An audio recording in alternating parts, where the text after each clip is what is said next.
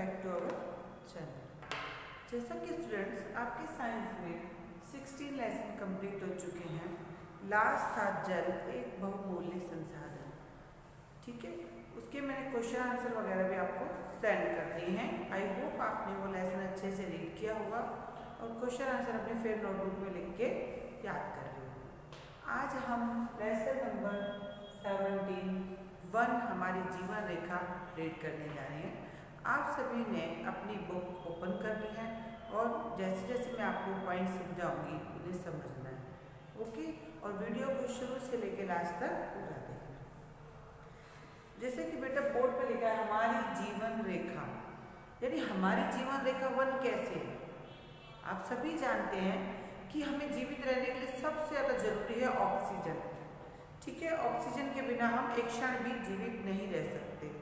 तो वो ऑक्सीजन हमें कहाँ से मिलती है? वायुमंडल से मिलती है। वायुमंडल में ऑक्सीजन कहाँ से आती है? इन पौधों के द्वारा, वन के द्वारा जब कार्बन डाइऑक्साइड को ग्रहण किया जाता है, प्रकाश संश्लेषण की विधि के द्वारा कार्बन डाइऑक्साइड को ये सोख लेते हैं और ऑक्सीजन में कन्वर्ट करके हमें दे देते हैं। तो ऑक्सीजन हमें वातावरण में कहाँ से मिलती है? पौधों से। पौधे कहाँ है? वन में। ठीक है, तो ये क्या कहलाए? हमारी जीवन रेखा। अब इसमें हम क्या जानेंगे कि वन जो है वो एक प्राकृतिक संसाधन है। ठीक है, वन में विभिन्न प्रकार के पौधे, जंतु और सूक्ष्म जीव होते हैं। ये तो हम सभी जानते हैं, वनों में बहुत से प्रकार के पौधे होते हैं, सूक्ष्म जीव होते हैं, जंतु होते हैं। ठीक है, वन में वृक्ष सबसे ऊपरी परत बनाते हैं और उसके बाद झाड़ियाँ, बीज की परत, शाक वनस्पति सबसे नीचे की परत।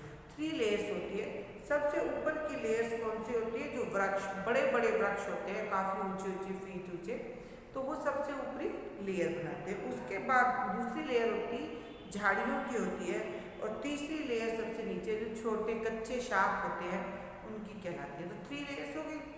ठीक है, शिखर, किसी वृक्ष का शाखीय भाग तने से ऊपर उठ जाता है तो उसे शिखर कहते हैं। किसी वृक्ष का शाखीय भाग, शाख का भाग जब तने से ऊपर उठ जाता है तो उसे हम क्या कहते हैं? तो उसे हम शिखर कहते हैं। ठीक है, वितान, कैनोपी, वितान या कैनोपी। ठीक, अब वितान और कैनोपी किसे कहेंगे?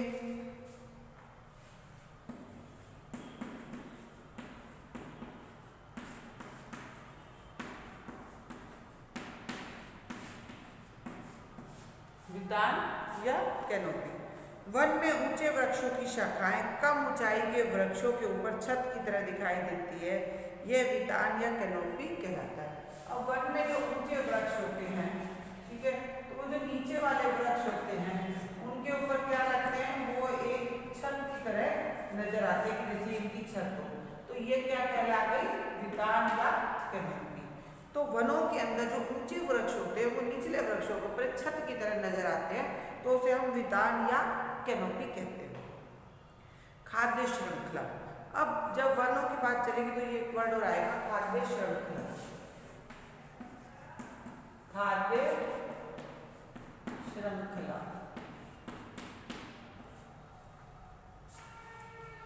यह जीवों की एक श्रृंखला है जिसमें एक जीव दूसरे जीव को खाता है और इस प्रकार भोजन का स्थानांतरण एक जीव से दूसरे जीव में होता है।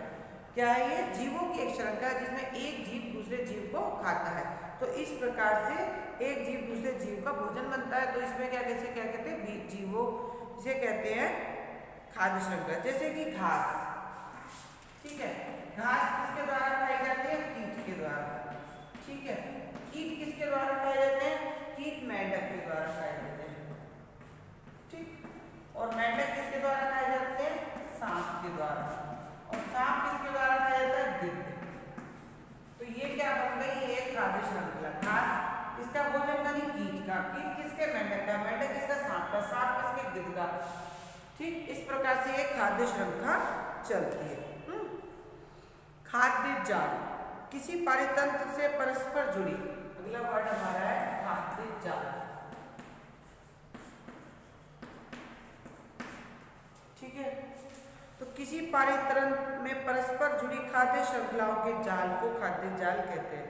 किसी पारितंत्र में परस्पर जुड़ी खाद्य श्रृंखलाओं को खाद्य जाल कहते हैं।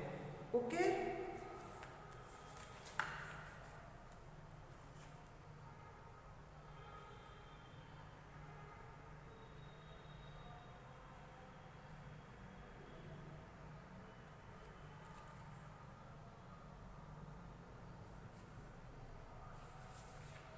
के बाद हमारा अगला वर्ड आएगा ह्यूमस। ह्यूमस क्या आएगा? ह्यूमस। वैसे हम समझते हैं कि ह्यूमस का मतलब खाद होता है, बहुत ही उच्च कोटि की खाद, जो जिसमें सभी तरह के पोषक तत्व मिट्टी के लिए उपलब्ध होते हैं। तो वो क्या कहलाती है? ह्यूमस। ये गहरे रंग का पदार्थ होता है और जो मृदा की उर्वरा शक्ति को बढ़ाता है। आप देखते मिट्टी में क्या होता है कि वन में सूक्ष्म जीव मरे हुए पादपों एवं प्राणियों के ऊतकों पर क्रिया करके उसे ह्यूमस में परिवर्तित कर। जो वन में सूक्ष्म जीव होते हैं बहुत ही भारी, जो मिट्टी में होते हैं, वो मरे पादपों यानी जो मिट्टी में पेड़ पत्ते गिर जाते हैं ना आकर, या कोई जानवर वगैरह मर जाते हैं, उनके ऊतक होते हैं, वो सब मिट्टी में मिल जाते हैं। और जब मिट्टी में मिल जाते हैं, जो मिट्टी में सूक्ष्म जीव होते हैं ना, वो इनके साथ क्रिया करते हैं, ठीक है। और उसको पत्तों को जो मिट्टी में मिल जाते हैं सूखे हुए या जो मरे हुए जानवरों के ऊतक है, तो उनको ये खाद में परिवर्तित कर देते क्रिया करके। तो वो क्या खाद कहलाती है? ह्यूमस खाद कहलाती है। अपघटक। अब अगला वर्ड इसमें आएगा अपघटक। अपघटक क्या होते हैं? वे सूक्ष्म जीव जो मरे हुए पादपों और जंतुओं को ह्यूमस में बदल देते हैं, अपघटक कहलाते हैं। अभी मैंने आपको बताया था कि मरे हुए जीव होते हैं, उनके ऊतक हो गए या सूखे पेड़ पौधे हो गए, जब जमीन में पत्ते गिरते और मिल जाते हैं, जो सूक्ष्म जीवों द्वारा उनको खाद के रूप में परिवर्तित कर देते हैं, वो जो सूक्ष्म जीव होते हैं वो अपघटक कहलाते हैं। जैसे कि जीवाणु एवं फफूंद। कौन कौन से होते हैं? जीवाणु और फफूंद, ठीक है। तो ये क्या कहलाते हैं? अपघटक कहलाते हैं। तो उसके बाद है वन।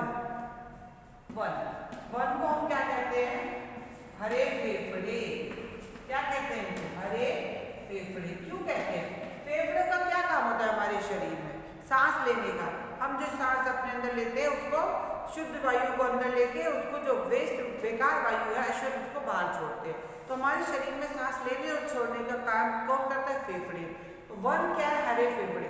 तो वायुमंडल में हमारे कार्बन डाइऑक्साइड को ऑक्सीजन में बदलने का कार्य कौन करता है? वो वन करते हैं, इसीलिए इन्हें हरे फेफड़े कहा जाता है। समझ में आ गई? हमें ऑक्सीजन की प्राप्ति वनों से होती है। वन किसमें? वनों में क्या होता है? पेड़ पौधे। तो पेड़ पौधे ही क्या करते हैं? ऑक्सीजन को बनाते हैं कार्बन डाइऑक्साइड को ग्रहण करके, तो इसलिए इन्हें फेफड़े कहते हैं।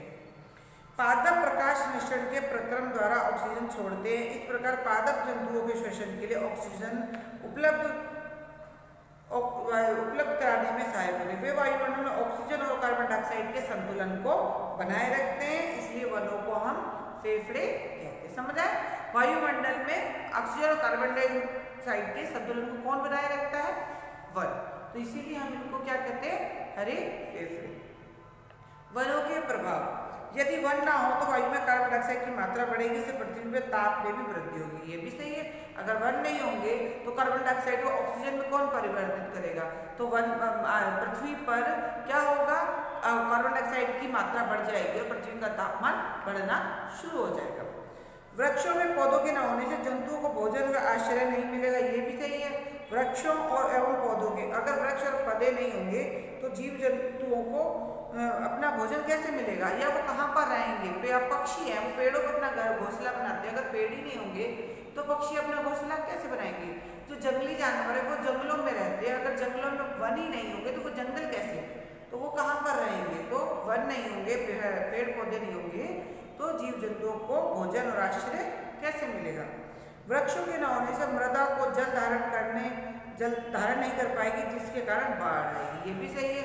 अगर मृदा मिट्टी को कौन जकड़ के रखता है? पेड़ पौधों की जड़ें। अगर पेड़ पौधों की जड़ें नहीं होंगी, पेड़ पौधे नहीं होंगे, तो मिट्टी का कटाव शुरू हो जाएगा। और जब मिट्टी का कटाव शुरू हो जाएगा तो पानी को कौन सोखेगा? अब पानी नहीं सोखेगा तो पृथ्वी पर बाढ़ आनी शुरू हो जाएगी। तो पानी को सोखने के लिए भी, मिट्टी को जकड़ बनाए रखने के लिए भी किसकी जरूरत होती है? पेड़ पौधों की। वनोन्मूलन से हमारा वातावरण और जीवन खतरे में पड़ जाएगा। वनोन्मूलन यानी वन के अधिक से अधिक कटने से हमारा वातावरण भी और हमारा जीवन दोनों खतरे में पड़ जाएंगे। ये मैं आपको बता ही रही हूँ। ऑक्सीजन की सबसे बड़ी कमी हो जाएगी और उसके अलावा क्या होगा, जब हरियाली खत्म होती जाएगी तो बारिश भी कम होनी शुरू हो जाएगी। तो जब ऑक्सीजन की कमी होगी तो हमारा जीवन खतरे में पड़ जाएगा। जब कार्बन डाइऑक्साइड अधिक बढ़ गई तो हमारे वातावरण में असंतुलन पैदा हो जाएगा, तो वातावरण भी खतरे में हो जाएगा। तो वनों के प्रभाव भी आपने देख लिए और मैंने आपको ये भी समझा दिया वन क्या है, शिखर क्या है, वितान किसे कहते हैं, खाद्य श्रृंखला किसे कहते हैं, खाद्य जाल किसे कहते हैं, ह्यूमस किसे कहते हैं, अपघटक किसे कहते हैं, वन हमारे हरे फेफड़े किस प्रकार से है और वनों के प्रभाव। तो आपने इस वीडियो को शुरू से लेकर लास्ट तक देखना है और साथ साथ लेसन को भी रीड करना है। Okay, good day.